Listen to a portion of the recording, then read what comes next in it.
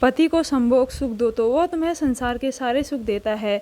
अपनी सहेलियों और मम्मी और चाची से यह बातें हमेशा सुनती आ रही थी, लेकिन असल में कमी कुछ और ही थी। सर्दियों की एक रात थी जब मेरी ज़िंदगी की एक नई शुरुआत हुई। मेरी शादी हुई, लेकिन यह कोई सामान्य शादी नहीं थी। मेरी उम्र 38 साल थी और मेरे पति की 47 साल। समाज की नज़रों में यह देर से हुई शादी थी, लेकिन मेरे परिवार के लिए यह आखिरी मौका था। पहले लोग जल्दी शादी कर लेते थे, लेकिन आजकल करियर और पैसे की दौड़ भाग में शादी पीछे छूट जाती है। जब मैं छोटी थी तो सोचती थी कि शादी का असली सुख रिश्ते और प्यार में होता है, लेकिन जब शादी की उम्र निकट आ गई तो सबने मुझे कहा, लड़के की कमाई देखना सबसे ज़रूरी है। मेरी शादी एक साधारण कम सैलरी वाले व्यक्ति से हुई, जिसके पास ना कोई बड़ी गाड़ी थी, ना कोई बड़ा बैंक बैलेंस। परिवार का दबाव और दोस्तों की सलाह, समाज के ताने, सब कुछ सुनकर मैंने शादी के लिए हाँ कर दी। शादी की पहली रात मैंने सोचा था कि शायद हमारा रिश्ता किसी रोमांटिक मोड़ पर जाएगा, लेकिन मेरे पति ने बस एक सीधी सादी बात कही, मैं जानता हूँ कि मेरी सैलरी कम है, लेकिन इसका मतलब यह नहीं है कि हम खुश नहीं रह सकते। मैं तुम्हें सब कुछ तो नहीं दे सकता, लेकिन इतना ज़रूर दे सकता हूँ कि हमारा जीवन अच्छे से चले।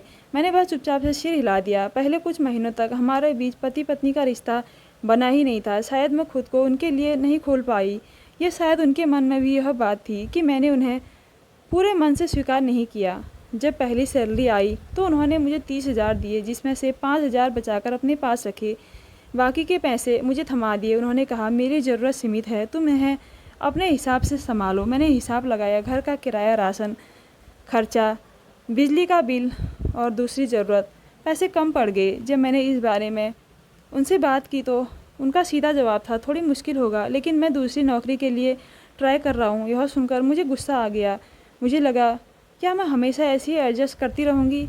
हमारे झगड़े होने लगे। मैं चाहती थी वो ज़्यादा कमाई करें और वह चाहते थे कि मैं उनकी कमाई में संतुष्टि करूं। एक दिन झगड़ा इतना बढ़ गया कि मैं मायके आ गई और सोच लिया कि अब वापस नहीं जाऊंगी। उन्होंने कई बार मुझे मनाने की कोशिश की, मेरे घर आए, लेकिन मैं अड़ी रही। मैंने गुस्से में कह दिया, जब तुम अच्छा कमाने लगोगे तभी वापस लेने आना। मेरे इन शब्दों ने उनके आत्मसम्मान को ठेस पहुंचाई। कुछ दिनों बाद उनका फ़ोन आया। प्यार से मनाने के लिए नहीं था, अगर तुम अलग होना चाहती हो तो मैं तुम्हें रखूँगा नहीं। उनके वकील ने तलाक की अर्जी भेज दी। यह सुनते ही मुझे गुस्सा आ गया। जो इंसान मेरा खर्चा नहीं उठा सकता, वह मुझे छोड़ने की बात कर रहा था। हम कोर्ट गए। जज ने समझाने की कोशिश की, लेकिन मैंने किसी की नहीं सुनी। तलाक हो गया और मैं आज़ाद हो गई, या शायद तलाक के बाद मैं अकेली हो गई। तलाक के 3 महीने बाद मैंने नौकरी करनी शुरू की। 8,000 सैलरी में काम करना पड़ा। सुबह 8 बजे से शाम 8 बजे की मेहनत, और सबसे बड़ा बुरा, ऑफिस में लड़कों की गंदी नज़रें और असहज माहौल। अब समझ आया कि जो इंसान दिन रात मेहनत करके 30,000 कमा रहा था, वो कितना संघर्ष कर रहा था, और मुझे बिना मेहनत के घर बैठे 25,000 मिल रहे थे। और अब वो इंसान जिसे मैंने ठुकराया था, अब वो 90,000 महीना कमा रहा था।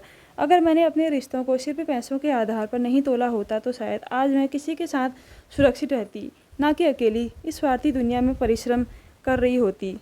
अब जब मैं किसी को शादी करते देखती हूँ तो उसे यही कहती हूँ, सैलरी देखना गलत नहीं है, लेकिन रिश्तों को सिर्फ पैसों में मत तोलो। एक अच्छा जीवन साथी जो परिश्रम करके हमें खुश रख सकता है, वह एक अमीर स्वार्थी इंसान से कहीं ज़्यादा बेहतर होता है। तो दोस्तों, कैसी लगी आज की स्टोरी? अगर अच्छी लगी तो हमारे चैनल को ज़रूर सब्सक्राइब कीजिएगा। धन्यवाद।